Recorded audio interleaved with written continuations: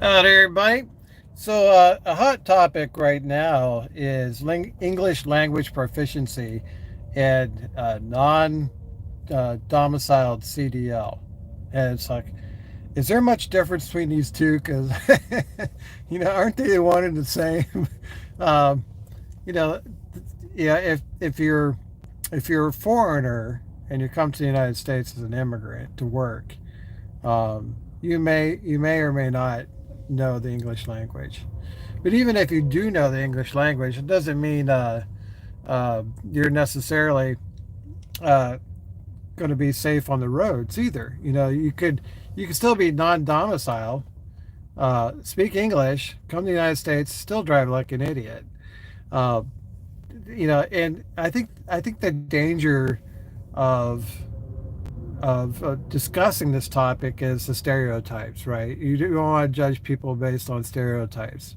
I get that, but on this other hand, it's really unfortunate. I mean, it's so sad to see these wrecks and see, who the drivers are. And I think I was most upset when it was the guy in Colorado a couple years ago came down, I-70 into Denver and bypassed the emergency ramp.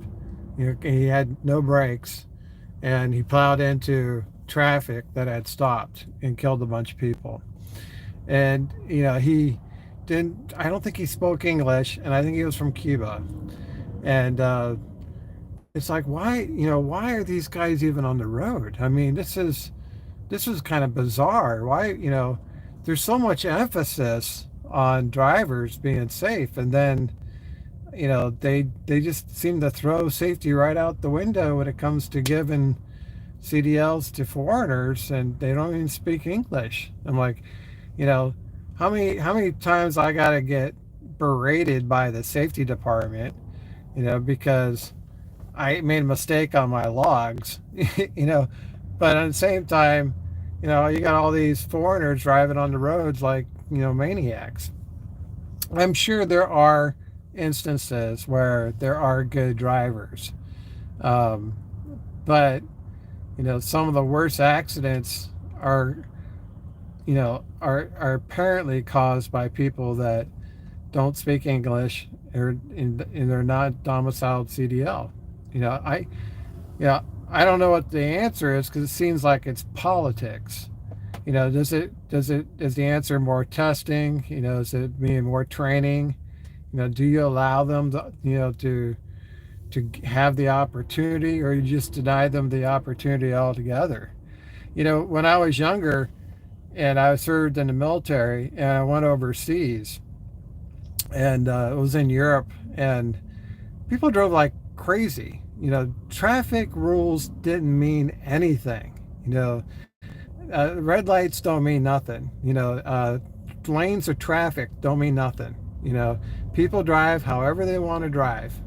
And then I fear that, when you bring foreigners into the United States, they bring their driving habits from wherever they come from, and they drive the same way that they drive the exact same way on our roads that they drove on their roads. And it's like, well, that's probably not a good idea. It.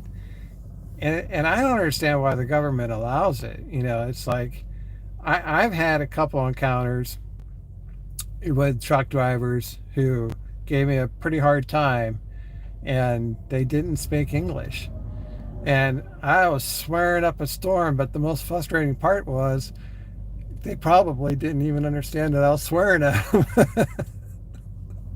you know? But, it's hard to have a brotherhood in trucking, to help one another on the road when you don't even speak the same language. You know, uh, I feel that when I travel the country, um, I'm visiting other parts of my home country. I feel attached to the country, especially as a veteran. You may be from a particular state, but you serve the whole country. And then when you visit other parts of the country, that's like visiting other parts of your homeland. You're attached to that land. You grew up, you know, watching movies about people in California. You may not have been from California, but you have some attachment to that land. And you also have family and friends that live in different parts of the country. You have relatives, everywhere. And when you pass a car with a wife and a woman and small children, for example, that's somebody's relatives. That that could be your relatives. That could be friends of your relatives. So in many cases, when we're driving on the road with the public, these are our countrymen. These are our neighbors. These are our relatives. We don't wish harm on anybody. We just want to try to deliver the load. But then you bring in people that don't speak the language and they're not from here. They have no attachment to the land. They don't have any relatives or ties to, the communities they're driving through. I question, what their priorities are. Because are they so focused on making money that they're taking unnecessary risks? It's like, I don't need the money that bad, where I'm going to drive 75 miles an hour through a construction zone when the speed limit's 55. But I see it all the time, and I'm sure there's American-born drivers that are just as bad, and I think this is the difficulty of discussing the topic, is the stereotypes, of those who are foreign-born and those who are U.S.-born. And is it a question of a bad driver's a bad driver? It doesn't matter where they come from, or does the data and the statistics show that American-born drivers are, preferably safer than foreign-born drivers? I couldn't imagine, for example, moving to a foreign country, not speak the language, and then drive a commercial vehicle. It's like, I'd get lost, first of all. I wouldn't know where to go. And when I got there, I wouldn't know how to communicate with the customer. And if I had any problems on the road, I might not be able to ask help from other drivers because I can't speak the language. I think it's terrible that we have drivers who don't speak English, and I understand the country welcomes immigrants and they want to give people opportunities, but if we're going to place emphasis on safety, honestly, do you think those drivers are the most safe drivers? I don't think so. I don't even know why it's allowed to give CDL to someone who's from another country and speaks a different language. I don't think that's in the public's best interest. They can find other opportunities to work in manufacturing or warehousing, or they don't have to be driving a commercial truck.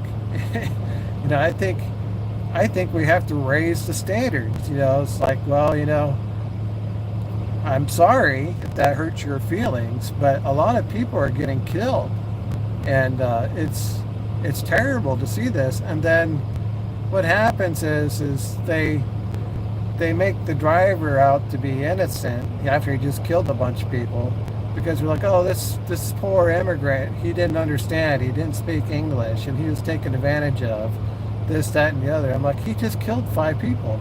How can you justify, defending, their poor driving habits? When I learned how to drive truck, I think my trainer or the school itself, they give you these hypothetical situations like you're driving truck and here's a busload of kids, okay? And you have a choice. You either hit the bus or you put your truck in the ditch. Well, I think, the right thing to do is put the truck in the ditch. You may get killed, but the school bus full of kids will survive. But I don't think foreign drivers have that value system. I know that guy in Colorado came down the mountain and ran into all that traffic.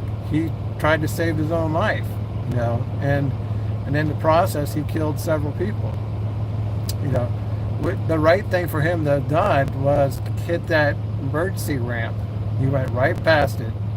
So I don't think it's a good idea to have people who don't speak English, and I don't think it's a good idea to bring immigrants in from other countries to drive on our roads. And it's not because I'm against immigrants or because I'm against people who don't speak English. I'm against people getting killed unnecessarily. So, I know that's a hot topic. I'm sure that's very controversial, but I would prefer to side on the safety of caution and, say, look, we got to draw a line somewhere. We can't have all these fatalities out here. We can't have all these people on these trucks that don't speak English and they're from foreign countries. It's terrible. All right, guys, that's all I got for you. Thanks for watching. We'll see you on the internet.